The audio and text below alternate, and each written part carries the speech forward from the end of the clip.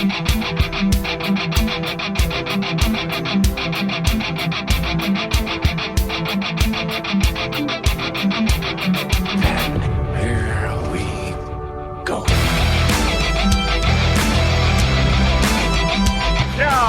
bring on the Mountaineers. Goes around about after 50, the 10 to 5. A touchdown with Virginia. He did it. He did it. That's what Dwight Beavers and he's gone. Touchdown. Tavon Austin. As the hills of West Virginia resound with the sounds of Golden Blue football. They want to have a 7-on-7 drill. We want to make it a fist fight. Nothing cheap, nothing dirty, but West Virginia football. From the heart. Streaming. It's Mountaineer pride. Once a Mountaineer, always a Mountaineer. Leave no doubt tonight. No doubt. They shouldn't have played the old Golden Blue. West Virginia is a special place. People are the state that have great pride in this WV logo. Ain't no stopping the Golden Blue. It is a great night to be a Mountaineer wherever you may be. And now it's the show brought to you by Mountaineer fans for Mountaineer fans, the Country Roads webcast. What's going on, Mountaineer Nation? Welcome into episode 185 of the CRW podcast here for our Duke's Mayo preview and predictions, and we're going to get into our preview of that game against North Carolina Tar Heels here in the Duke's Mayo Bowl, as I'm joined by my co-host Steven. In the latter portion of this episode, we'll break down the matchups in that game, provide our key to victory and our score predictions, and we're really excited to dive into that. But before we get there, we got to lead this episode off with a little bit of Mountaineer news.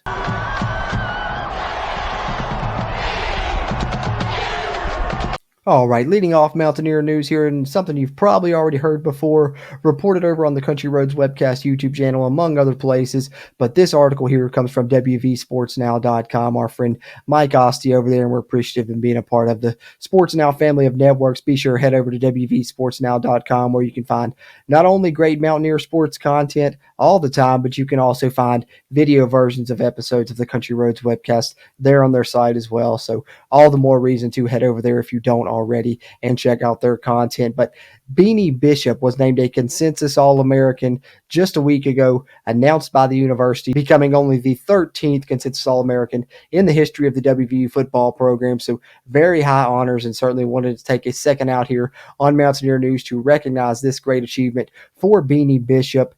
But unfortunately, we follow that positive news with a couple pieces of more news from the negative side here in our Mountaineer News segment, and that is, for one, C.J. Donaldson will not be participating in the West Virginia Bowl game here in the Duke's Mayo Bowl. We won't get to see C.J. play to join Zach Frazier on the out list for West Virginia, and wide receiver Preston Fox is indeed questionable to play in this game as well. At this time, that's the injury update for West Virginia as we move through Mountaineer News here. One more negative thing here to talk about, negative in how it affects West Virginia, but positive in how it affects the individual. And that individual is, of course, West Virginia safeties coach Dante Wright. Positive news for Coach Wright, who is one of the more highly regarded assistants on this coaching staff, as he is reportedly set to become the defensive coordinator at Troy following West Virginia's bowl game. Troy recently hired former West Virginia staffer Jared Parker as the new head coach there of the Troy football program, and him and Dante Wright have a long-standing relationship, and it appears that Dante Wright will leave his position as West Virginia safeties coach to take on a more lucrative position as a defensive coordinator as he continues to advance in the coaching ranks now. Of course, shout out to Dante Wright. Thought he did a great job in his position leading the West Virginia safeties during his time here, and I think it's only right that he eventually moves into a coordinator role now, and hopefully maybe we'll see him back at West Virginia one day in the future, but if not, wish him all the success in the world. And we now know that following this bowl game, West Virginia will be looking to fill at least one staff position here as we report on this moving throughout Mountaineer News. And lastly, here in Mountaineer News, just wanted to finish up with a bit of housekeeping in terms of roster management. West Virginia has these 16 players currently confirmed to return in 2024, all thanks to the Country Roads Trust, of course, signing them to deals for next season. On defense, we have Ben Cutter, Trey Lathan, and Josiah Trotter, all confirmed to return for next year. That's very important. All of those are very talented freshman linebackers. We also have essentially the entire offensive line confirmed to return for next season that can do so is Wyatt Milam, Thomas Remick, Johnny Williams, Nick Malone, Brandon Yates, Nick Cray, and Jaquay Hubbard have all committed to West Virginia for 2024, as have a lot of West Virginia skill position players, Garrett Green, Jaheim White, Traylon Ray, Preston Fox, and Rodney Gallagher to go with tight end Cole Taylor as well. Those are the players at this time currently confirmed to return to West Virginia in 2024, where they will be joined by some incoming freshmen that have now been solidified as early signing day has happened since our last episode here. So let's wrap up Mountaineer news now with the list of 22 signees that West Virginia was able to pick up on signing day. And just a quick rundown of those signees: Makai Byerson on the defensive line, Kyle Altuner on the offensive line, Curtis Jones Jr. at the linebacker position, Keyshawn Robinson at the wide receiver position, defensive lineman Nate Gabriel, defensive back Jason Cross, defensive back Keon Washington, Justin Terry, an offensive lineman, tight end Jack Samarco, defensive back Chris Henry, defensive back Zay Jennings, wide receiver Brandon Raymond, defensive lineman Elijah Kinsler, running back Dior Hubbard, offensive lineman Luke Austin, quarterback Khalil Wilkins, wide receiver Dom Collins, wide receiver Day Farmer, running back Trevon Dunbar, defensive back Jacob Boyce, linebacker Ricky Williams, and defensive lineman Obina Onwuka, who is likely to play the bandit position at West Virginia. Those are the names that West Virginia inked on early signing day, the 22 players that will join the West Virginia football team in 2024 and hope to make a difference as we get set to wrap up Mountaineer news here with those potential difference makers. And speaking of difference makers, there's been no bigger difference maker for me here recently than Magic Mind. You guys know about it, the little 2.5 productivity shot. I've been raving about it here on the podcast, and I've been raving about it for a reason. It's really been very beneficial to me in my daily life, not only here on the podcast, recording episodes, editing episodes, but also at my 9-to-5 job as well. Feel like I've been more productive in both places, and I've also been intaking less caffeine. I've only been drinking half a cup a day at most, and not feeling any loss of energy there. I actually feel more energy thanks to Magic Mind. It can really stretch out that caffeine, and it can do it in a healthy way with its all natural ingredients that are really more beneficial for you. Can't ever state that enough. Obviously, keto friendly, paleo friendly, vegan, all of those good things, and just such great ingredients such as lion's mane mushroom, matcha. You can go on down the list. All of them really beneficial for you and your body. Not only talking about energy levels, but we're talking about less anxiety, less stress. Can't recommend it enough here, guys. Got a new link for you guys actually this month, as Magic Mind actually has an even better deal now in place, where if you subscribe for just 3 months, you will get 1 month for free. And that's if you use our exclusive link here. That's magicmind.com/JAN Country Roads, and then with our code confidential20 you'll also get an extra 20% off, which gets you up to 75% off. So guys, can't recommend this enough. Get out, try this Magic Mind. You're going to love the way it's beneficial for your daily life. No matter what you do, it can really increase your productivity. And so just like those West Virginia recruits we just named, you can be set to make a difference of your own as well. So starting in January, you need help to crush your 2024 New Year's resolutions. Here's the way, and you can do it in a fully focused manner with Magic Mind. Use this link, magicmind.com/Jan Country Roads, where you can subscribe for 3 months and get 1 month free. But for a bonus, use our code confidential20. Get that extra 20% off, which gets you up to 75% off, guys. This is an excellent deal here Magic Mind's running in January. Can't recommend it enough. Only lasts to the end of January, so hurry up. Get it before it goes away, as West Virginia is trying to get this 9th win before the opportunity slips out of their hands here in the Duke's Mayo Bowl. And we're excited to now bring you our preview of that matchup here as Steven joins me, and we'll dive in on the matchups here against the Tar Heels as West Virginia seeks that 9th win in this Duke's Mayo Bowl matchup against the North Carolina Tar Heels, coming up here on December 27th.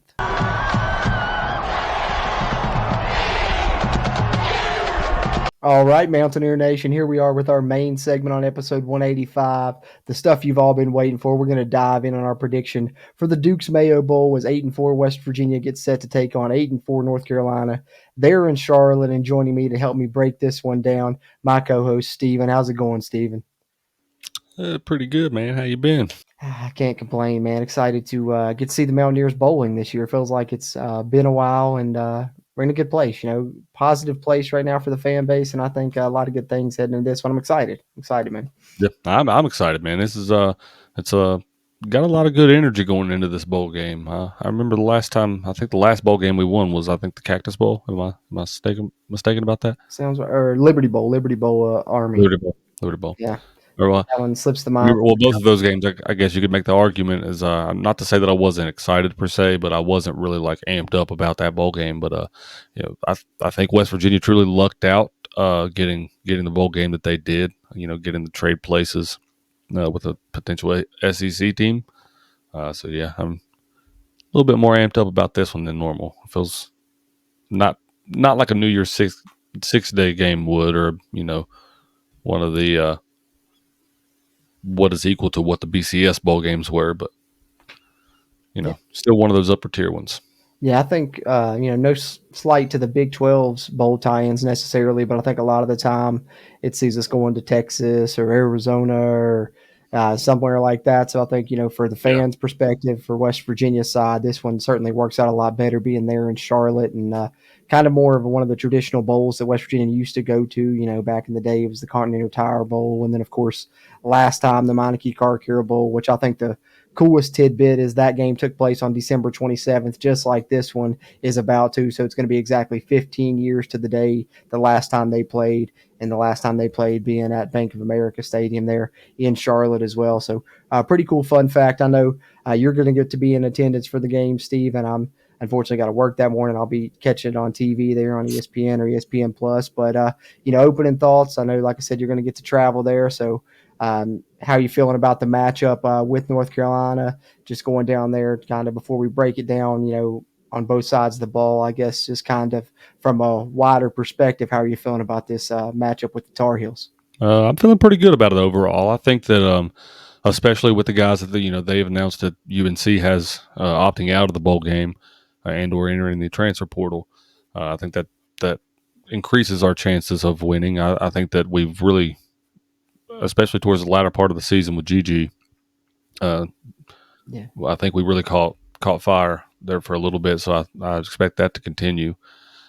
I kind of felt confident, even if they would have had some of these guys playing. And that's not to say that I don't think it would have been a good, like a really close game. I think it had potential to be an even better game than what we seen the last time that we was down there. And that's saying something. That's a mouthful. If you remember watching that game. But I really do. I think West Virginia, if especially if they can hold steady on defense up on the front line, because they got a really talented running back. I mean, you talked about that a little bit earlier. I like our chances. I think the offense. It's a kind of ironic because at times this season the defense kind of held the weight of the team, and then it's kind of flopped in the latter part of the season to the offense in a way. Yeah, I think it has, but I think that bodes well, like you said, for West Virginia's chances in this game, just because of the fact that UNC. For all their struggles, I think in the latter portion of the season, both these teams are coming in at 8-4, but they kind of got there in different ways. UNC starting off hot, 6-0, reaching as high as top 10 in the country before kind of stumbling to this 8-4 finish for them. Whereas West Virginia kind of was pretty consistent throughout the season to earn their 8-4 mark that they have coming into this game. But the thing that I think both teams have in common is explosive offense. UNC was very good there in the ACC offensively, so it's good for West Virginia that they found their offense there in the latter portion of the season, because they'll probably need it in this game against UNC, despite the fact that you're not going to have Drake May, you're not going to have Tez Walker, a few of their tight ends. They're still going to have, the explosive running back you mentioned there, Amari Hampton, some other good players there. So I think we could still be in for a shootout in this one. We'll see how it shakes out. But, you mentioned some of the opt-outs, transfer portal, things like that. So let's talk a little bit about that before we get into the individual matchups in this one, Stevens. For West Virginia side, for sure here, There's been some transfers out. I've been covering this on the Country Roads Webcast YouTube channel, but I just want to share the transfer out list of the players that have left West Virginia because, of course, none of these players will be playing for West Virginia in the bowl game. The most impactful being the most recent ones here at the bottom of the list, probably. No Hershey McLaurin at Spear for West Virginia. No Andrew Wilson-Lamp on special teams or providing depth there at the cornerback position. And then, of course, you lose a starter in Mike Lockhart. You won't have Justin Johnson to provide depth there at the running back position. And then, of course, Lance Dixon, we knew was no longer with the team for quite a while now. But looking at some of these players that have left, I tried to throw together a potential depth chart for West Virginia in this contest, Stephen, just with some of the injuries that we'll have and some of those opt-outs. Of course, mentioned some of those players that won't be playing in this game. Unfortunately, we've also learned that C.J. Donaldson will be sitting this one out due to an injury. He won't be playing in this bowl game. We know Zach Frazier will be missing this bowl game. And Preston Fox, questionable as well for West Virginia on the injury side. So with that being said, just a rundown of the depth chart here. I'll call it out for you guys on the audio side. Quarterback stays the same, Garrett Green and Nico. Running back, I think we'll see Jaheim White as the starter. And spelling him will either be Jalen Anderson, who we haven't seen a ton of here in the latter portion of the season. But I think we're going to see a good bit of DJ Oliver, Stephen, the true freshman. Played some on special teams this year, had already played in his 4-game limit.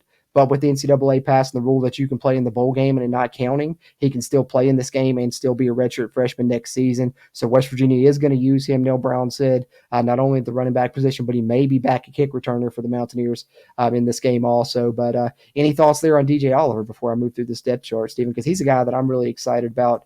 We've had some good true freshmen past couple years, CJ, and of course, Jaheim's exploded. But I think DJ Oliver is a big back with a lot of speed that could be impressive in this game. Yeah, I'm really excited to see what he can potentially do. I think like you hit the nail on the head. I think that for the most part, I've been impressed with every single running back that West Virginia's recruited in the past year or two. Anyway, so I don't think there's any reason to not be excited other than the things that you just mentioned with his size and his speed. Because I think that in and of itself has potential to be a really dangerous back. Because he's not quite as big, like I said. I know obviously, but the having those two things together, it's like Derrick Henry that's what the first thing I think of. And maybe quietly, the CRW pick for X Factor in this game. Watch out for DJ Oliver in this one for sure. Moving on throughout the depth chart for the Mountaineers, not too much change here at the wide receiver position, save for Preston Fox maybe being out in this one because of the injury. That's why I put the asterisk there next to his name. But at the X, you'll see Hudson Clement and E.J. Horton. Inside, you'll see Devin Carter or Preston Fox. And then, of course, Rodney Gallagher continuing to get the reps there that he's been getting in the slot throughout this season as a freshman, as has Traylon Ray, a fellow true freshman on the outside who's done a great job this season, really continuing to come into his own. Him and Jarrell Williams will be the ones on the outside at the Z position. Tight ends remain Cole Taylor and Traylon Davis. The offensive line, here's where we get into the changes now with Zach Frazier out for this game. You'll see Brandon Yates take over as the starting center for this team. Wyatt Milam still starts at left tackle with a backup of being Nick Malone. Left guard will be Thomas Remick, backup Sully Weedman. Then the right guard, you'll see Jaquay Hubbard take over the starting spot. Nick Malone backing him up. And then on the right tackle position, Doug Nestor backed up by Johnny Williams, most likely. Flipping it over to the defensive side, defensive ends will remain Sean Martin and Tomi Durajaye. Defensive tackle, Eddie V will get the start. Then you'll get a mix of Jalen Thornton, Asani Redwood, and Day Hawkins at the second team spot. Nose tackle, here's where we get into another big change for the bowl game with Mike Lockhart leaving in the transfer portal. You'll see either Fatorma Mulba or Hammond Russell slide in the starting spot, get a lot of reps there. But Neil Brown's also talked about utilizing some of those true freshmen in this game, and one of those will be Corey McIntyre Jr. could get reps there also. Bandit, Mike linebacker position remains the same. You'll see Jared Bartlett and Tyron Bradley at the Bandits. Mike linebackers, you'll see Ben Cutter and Lee Koba. If anyone spells them, it'll be Caden Bizer or Austin Cave. The spear position, this is where it'll be interesting in this game, Stephen. No Hershey McLaurin, no Lance Dixon, who's already not been with the team, but with Hershey McLaurin hitting the transfer portal, now you're almost solely relying on Marcus Floyd, who's been kind of mixing in there with Hershey. But this is a position I think to watch in this one. West Virginia has been lacking depth in the secondary already. You lose Wilson Lamp, And of course, you lose Hershey McLaurin here at the Spear. Are you a little bit worried about West Virginia's secondary depth in this game when you look at something like the Spear position, Stephen? Absolutely, yeah. That's the first thing that I think of. It's the biggest question mark going into this game, in my opinion. And then I think I'm not going to speak on what could potentially happen, but I think me and you, what we spoke to off the air, if that happens, that could be really, really dangerous for West Virginia. But I think that will, I think we'll be safe for the bowl game. But I just don't think that we're going to have the depth to be able to handle the receivers all day long. Because that's why I say that up front we're going to have to really shut them down in the run game if we're going to have a good solid chance. But I do think the West Virginia offensively can run with them. If we can stay healthy for the most part all day, that is. Yeah, that's what you get to worry about when you have the lack of depth that West Virginia is going to have in the back end of this game is, maybe getting worn down towards the end and stuff. Like I said, it could turn into a shootout. We know we have faith in West Virginia's offense. We just have to see how West Virginia's secondary holds up in this game. But speaking of that secondary, in this day and age with opt-outs for bowl games, you got to love a guy like Beanie Bishop, just named a consensus All-American. Could, choose to sit this one out, try and get ready for an NFL career. 13th consensus All-American. WVU football history says no. I'm going to have it one more go around with the old gold and blue here, and really have loved his addition this season, and he'll continue to start there at the cornerback position. His backup will be Jacoby Spells. Of course, on the other side, you'll get Malachi Ruffin playing his final game as a Mountaineer as well in this Duke's Mayo Bowl. And then one of those freshmen that Neil Brown talked about will likely get involved in this game. We'll see Josiah Jackson, the true freshman, potentially get some reps at the cornerback position and probably play on special teams.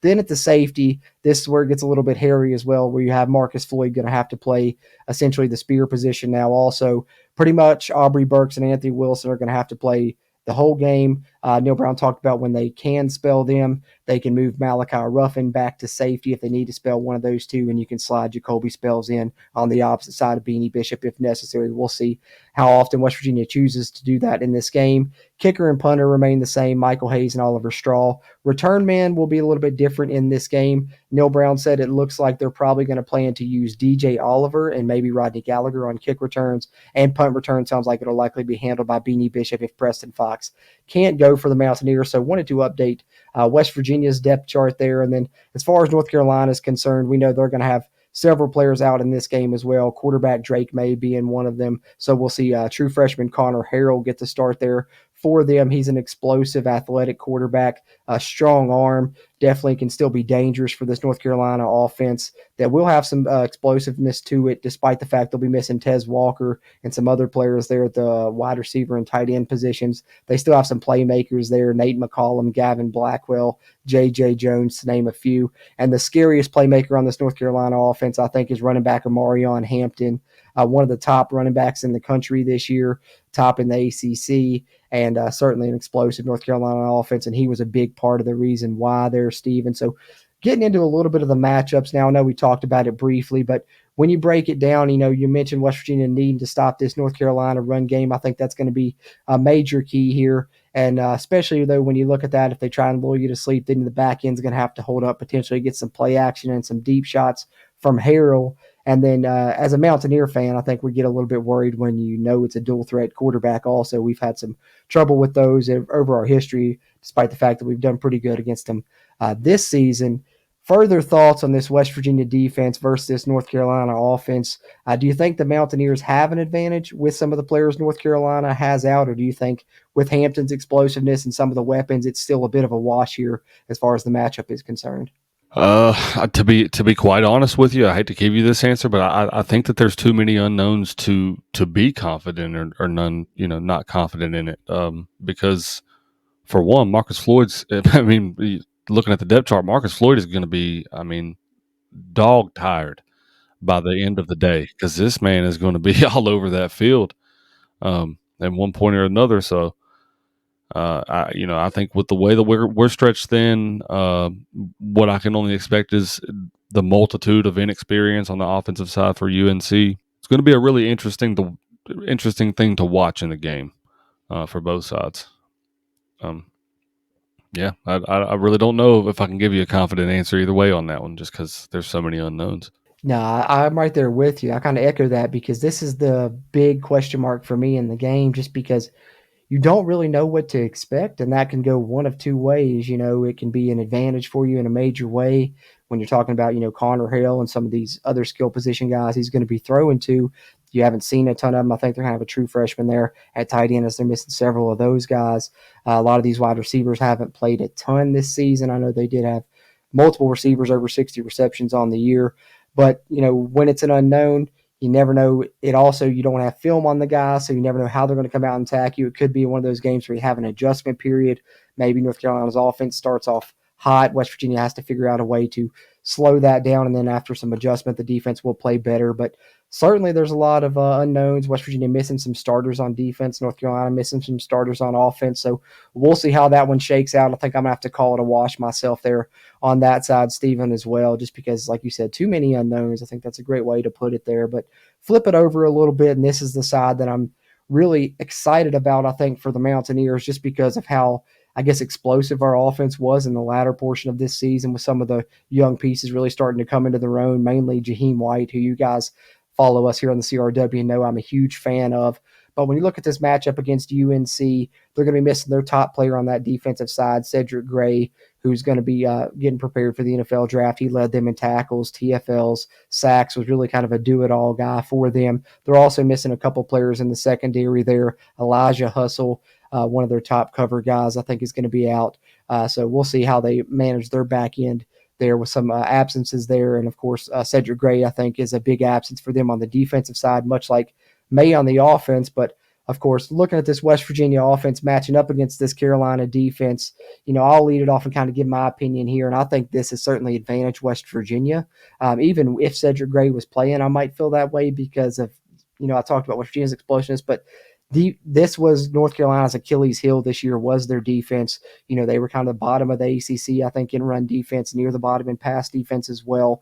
When you look at West Virginia, obviously number one in Power 5 in rushing offense this year nationally, that bodes well for them. And West Virginia also, number 2 in the nation in sacks, the lowest number of sacks allowed. I think that's big because the one strength of this UNC defense is they've got a couple really good pass rushers. So West Virginia's going to need good play from Wyatt Milam and Doug Nestor. I think they'll get that. So I'm going to go advantage Mountaineers when we're looking at this matchup against the UNC defense. But what are you feeling about this matchup against the Tar Heel defense versus what has become to be a bit of an explosive Mountaineer offense here in the latter portion of the season, Stephen? Do you feel like that will continue here in the Duke's Mayo Bowl? It's kind of interesting because, West Virginia's kind of missing what I consider their best piece on offense as well, and Zach Frazier. That's true. Good point. That really breaks my heart for that man. I think I've mentioned that before, but him and the potential of Preston not being able to play, those hurt. But I'm like you. I think West Virginia's got enough experience along the offensive line that they can move pieces around. They've proved that they can do that at other times. Not really with Zach Frazier before, but I'm hoping that there shouldn't be too much of a hiccup there because you got so much experience with those guys being able to shift around and play different positions. And then with the wide receivers, while I hope that Preston's able to go, the other guy that I think that deserves some praise for really coming on late, even though that he shined early, was Hudson Clement. I think that, it's really one thing to come out and ball against a team like Duquesne, not discrediting them at all, because to play college football at a D1 level is, it takes skill, to be able to do well against teams like that. So, but it's one thing to come out and play like he did against Duquesne and have the game that he did and earn a scholarship, but to be able to continue that throughout the season in Big 12 play, and I know what happened against Houston, but, let's not discredit what he did there. That was a big time play there at the end of the game, in that game. And then, he did that in several games, in the latter part of the season as well. So I think, with him and a couple of these other guys, I think West Virginia should be able to sling it around too. I have full confidence in GG being able to run the ball. I think he'll be able to do that pretty well all day. But I think that opens it up, and then, hopefully we'll be able to throw it a little bit better than what we've been able to do. Not that I don't think that we'll shy away from the run game because you stick to what you're good at, but it just seemed like to me like the more that West Virginia's offense got to play together, once Garrett Green came back. That's what it felt like during the season. Was like you had the Penn State game, which was kind of like a preseason game because no one really expected West Virginia to walk in up there and beat them up there. And then you obviously have the Duquesne game, and then you had Nico's 2 games of a season, and then West Virginia's season started, and they've only progressed on offense since Garrett's came back. So I expect that to continue. I think so too, man. I think when you look at this offense, it's a lot of pieces that are, really, I don't even want to say coming into their own because, I mean, they've improved, like you said, throughout the season, but I think it's also only the tip of the iceberg with a lot of these guys. You talk about Gigi, you talk about Jaheim, Traylon Ray, Rodney Gallagher, Hudson, as you talked about there, you name it. I think that what this game for me is going to be is just hopefully something that really just kind of salivates the taste buds and gets you ready for next season when you're really going to have, a full course meal with this team that's going to really be a threat to win the Big 12, I think, next season potentially. And this could be a preview of that, right? You mentioned not having Zach Frazier. That's, troublesome, could be potentially because he's such a big piece, like you said. But the small sample size we've seen without him, Brandon Yates did a great job leading that game-winning drive versus Baylor. And I think Brandon Yates most likely is going to be your starting center next season. So you're getting a good look at your potential offensive line next year, save, of course, Doug Nestor won't be there. But for the most part, getting a good look at a lot of pieces that will be part of this team next season, especially when you're talking about this West Virginia offense. And I'm super excited about that and some of these guys. And I mentioned, DJ Oliver when you add him into that mix. So I think it's a good preview of the future for West Virginia, but more specifically with this matchup with North Carolina, I think when I was digging in on some of the stats of some of their games throughout the season, one thing that I did notice was they did struggle with scrambling quarterbacks. They seemed to hurt them a little bit. So I think that this could be a good game where we see Gigi's legs put to good use. Also, it's the final game of the year. They don't really necessarily have to worry about, keeping him healthy like they do throughout the course of a season. Not to say that they're going to run him 30 times, try and get him injured or anything, but they're going to have plenty of time for him to recover after this game, a whole offseason. So no need to, hold back on any of the quarterback run game stuff. I think we'll see plenty of that. Could be an explosive game for Garrett. So I like West Virginia's chances to, put up some points in this game. And I think if West Virginia is able to score, 30, 35 plus, they've got a really good chance to win this game. And with the way the offense has played the latter portion this season and what UNC's defense has shown at times, I think they got a good chance to do that in this game. So I'm pretty excited about West Virginia's offense, and I think they're going to show some fun stuff in this bowl game, hopefully. Yeah, I think so too. And I've been kind of, I've obviously been impressed with what West Virginia's offense has been able to do in the latter part of the season, but they come out against Penn State. I mentioned that game, and they did the old Kansas City play. Yeah. And then that was like the most flair you've seen out of the offense for the most part all season. So I kind of want to see some interesting stuff like that out of the playbook. Hey, pull out all the stops, like what's like the water boy. What's the quote? Last game of the year. Can't hold anything back now. Can't hold anything back now. May as well go all for it. But speaking of going for it, Steven, I guess it's about time for us to get ready and go for our key to victory and our score prediction here.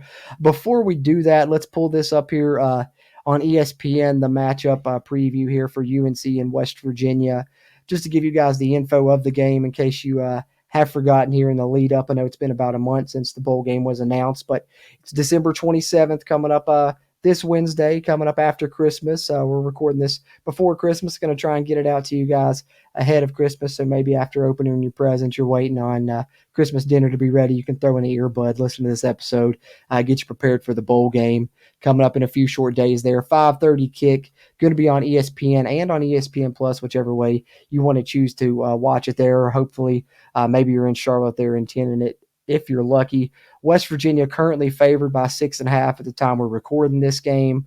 ESPN's FPI predictor actually favoring UNC, though, 61% to 39 for the Mountaineers. Most recent contest, though, like I said, West Virginia coming into this one in a much better place, winning 4 out of their last 5, where UNC's coming into this one only winning 2 out of their last 5, including a 2-game losing streak heading into this one, losing to Clemson and NC State on their final 2 games, whereas the Mountaineers are heading into it on a 2-game win streak with wins over Cincinnati and Baylor. So that's kind of where both teams stand and how we feel about these matchups and a little bit of ESPN's preview there. But now that we've done that, Steven, I guess it's time. Let's get into our key to victory for this one and our score prediction here on episode 185 of the CRW podcast.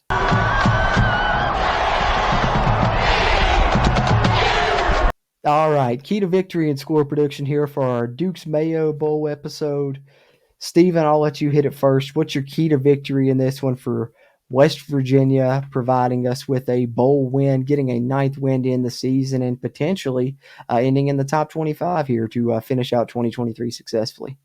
So my key to victory is I think that if West Virginia controls the big play, I think, West Virginia being West Virginia, we're obviously going to try to control the time of possession, try to hold the ball as long as we possibly can, and dictate the tempo of the game. But I think that UNC has got that big play ability. You mentioned how explosive their offense, even with the question marks, that the running back and the athleticism of their quarterback, I think is going to has caused some potential issues for West Virginia. We mentioned, what we got going on in the secondary. So I think if we can limit the big plays from UNC, West Virginia should be able to be victorious in this game.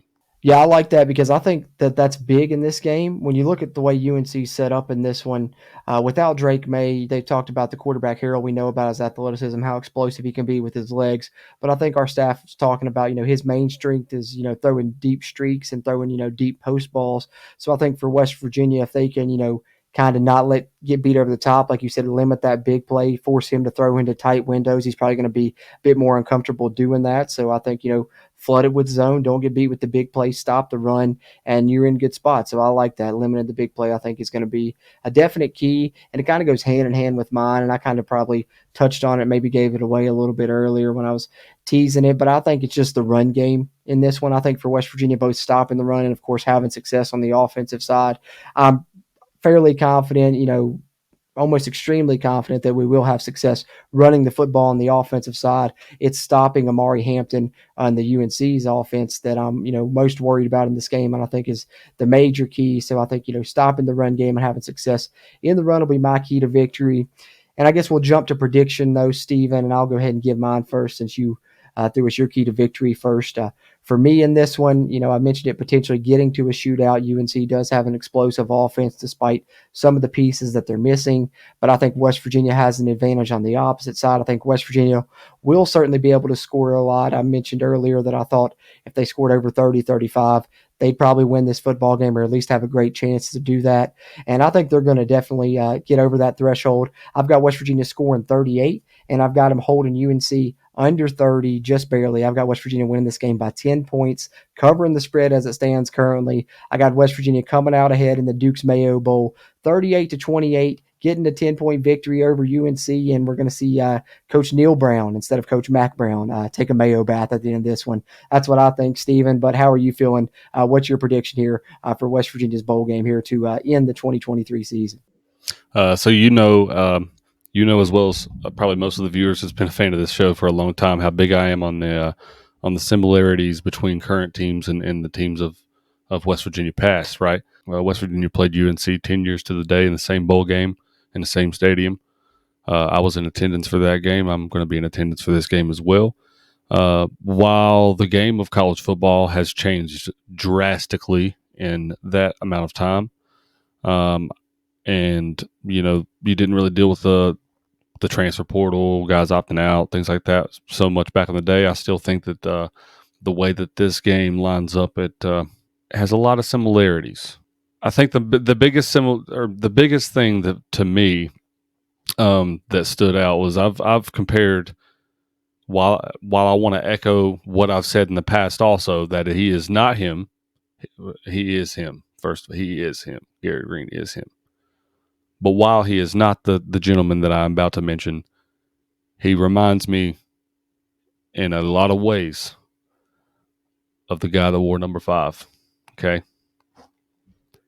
And I think you would agree with that. I think we've talked about this a bunch, Cruz. But I would. I think that when I heard about this bowl game, I was like, man, how poetic is this? How poetic is this that we have so many similarities between the two games in the first place, but the biggest similarity in that, being Garrett Green, I feel like is the player that is going to help spark this next wave of West Virginia football, because I really do think with how we've played and how we can do in recruiting, with the way the Big 12 is moving and going.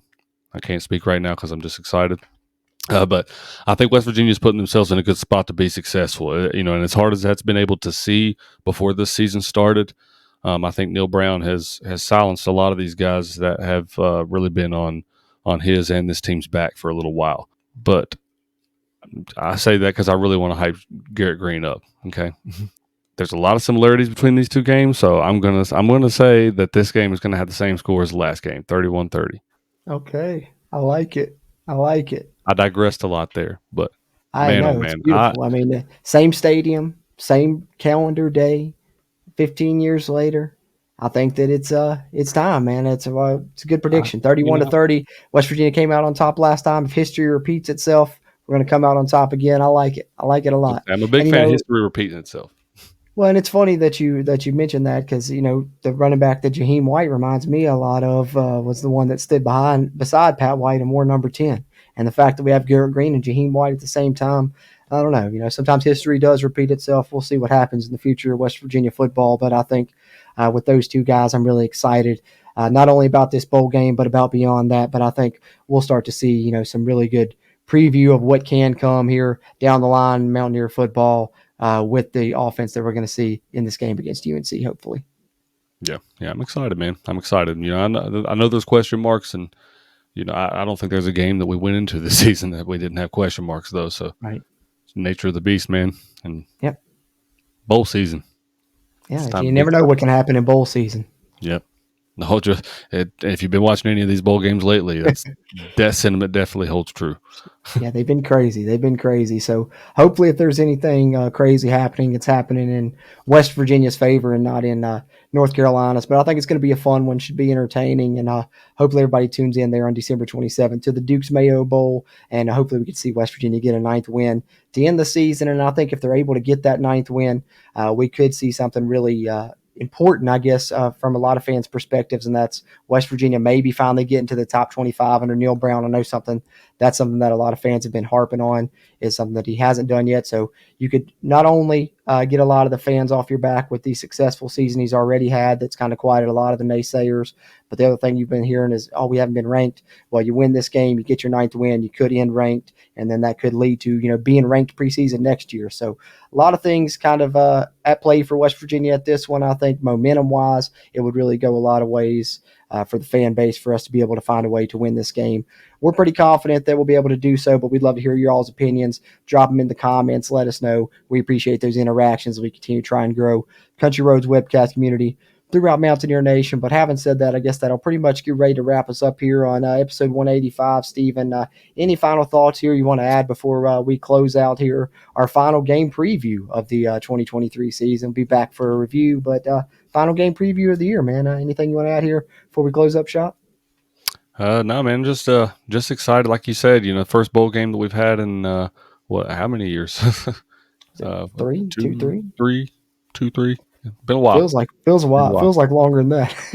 Yeah, it feels like a lot longer than that. But yeah, man, I'm just excited to see play them one last round. And one thing I do want to say is, it's one thing that we hear every year, especially of lately, is about the transfer portal, and you only ever hear about guys leaving the program, and obviously the ones coming into, but you don't really hear about, like, for me, I guess anyway, is I get kind of stressed out waiting to see what a guy's going to do. I think it's really kind of cool initiative by the Country Roads Trust to have guys come out and commit to that to stay into next season, to kind of give us fans some kind of confidence in knowing who we're going to have next year. So you don't kind of have a Keem Mesidor situation or something like that. Right. So yeah, I just wanted to give that a shout out. That's really impressive. And if you haven't joined Country Roads Trust, please go do so. Because I truly believe that the more people, no matter what you give, You can give, I think, $5.99, $6.99 is the lowest one that you can do. So I think that most people can afford that, and if we get more people on board with that, then that's only going to bolster the prestige of the program, and it's only going to get more top recruits that they're going to want to come to West Virginia and play for us. So if I can really echo any sentiment, it's that. So I really want to encourage anybody watching this to go do so if you haven't already done that.